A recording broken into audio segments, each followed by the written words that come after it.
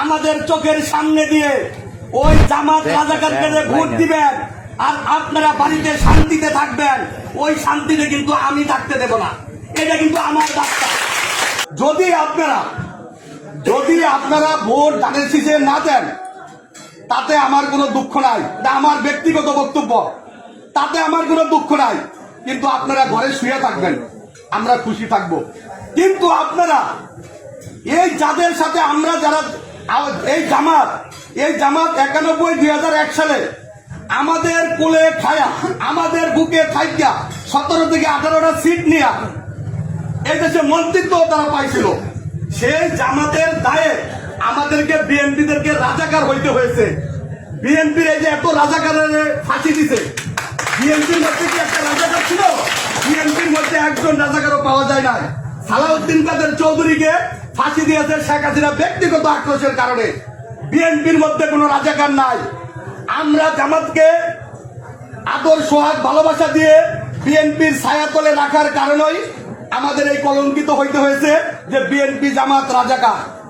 তাহলে আপনারা আওয়ামী লীগ, আপনারা যদি বিএনপি জামাতকে রাজাকার বলেন, তাহলে এখন তো জামাত আমাদের সাথে নাই, তাহলে আপনারা মুক্তিযোদ্ধার দল, বিএনপিও মুক্তিযোদ্ধার দল, তাহলে আপনারা কি রাজাকারকে ভোট দিবেন? এটা কি আপনাদের তাহলে নীতি আদর্শ হইল? আপনারা যে জামাতকে নিন্দা করেন রাজাকার, আমার বিশ্বাস আওয়ামী লীগ জামাতের ভোট দিতে পারে না, জামাতের ভোট দিবেও না। তবে এই হাউস থেকে আরো কঠোরভাবে উচ্চারণ করে দেয়, আওয়ামী লীগের যে সমস্ত ভাইরা এলাকায় আছেন, দূরে আছেন, যারা বিগত দিনে আকাম কুকাম করেছেন, বিভিন্ন অরাজকতা করেছেন, আপনাদেরকে আমরা মাফ করে দেব। আমরা প্রতিহিংসার রাজনীতি করতে চাই না। আপনারা এলাকায় থাকবেন, আপনারা চিন্তা করে দেখেন আগামীতে বিএনপি সরকার ক্ষমতায় আসতেছে, এলাকার স্বার্থে হইল, এলাকার উন্নয়নের স্বার্থে হইল, আপনাদের সুবিধা অসুবিধার জন্য হইল আপনারা বিএনপির পাশে থাকবেন। যদি আপনাদের দল কখনো পুনর্বাসন হয়, আপনাদের দল যদি কখনো আবার প্রতিষ্ঠিত হয়, আপনাদের দল যদি আবার এদেশে রাজনীতি করার সুযোগ পায়, তখন যদি আপনারা আমাদেরকে ছেড়ে চলে যান, আমাদের কোনো আপত্তি থাকবে না। কিন্তু আপনারা আমাদের চোখের সামনে দিয়ে ওই জামাত রাজাকারকে ভোট দিবেন আর আপনারা বাড়িতে শান্তিতে থাকবেন, ওই শান্তিতে কিন্তু আমি থাকতে দেব না। এটা কিন্তু আমার রাস্তা।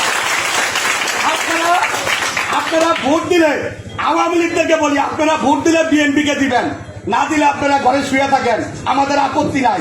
কারণ আমাদের আপত্তি নাই এই জন্য, এই নড়িয়া সখীপুরে জামাতের ভোট হলো মাত্র 7 থেকে 10,000 বিগত দিনের ইতিহাসে। বিএনপির ভোট হইল কত? 1 লক্ষ পড়ায়। তাহলে সেই হিসাবে যদি আওয়ামী লীগ ভোট দিতে নাও যায়, তাহলে জামাতের চেয়ে তো আমাদের বিএনপির ভোট বেশি, তাহলে আমরা তো এমনি কিরণ সাহেব এমপি হবে। কিন্তু ওই আওয়ামী লীগের ভোটের আশায় কিন্তু জামাত রয়েছে যে আওয়ামী লীগ এলাকা বিভিন্ন ভালোবাসা দিয়ে তাদের ভোট নিয়ে যাব।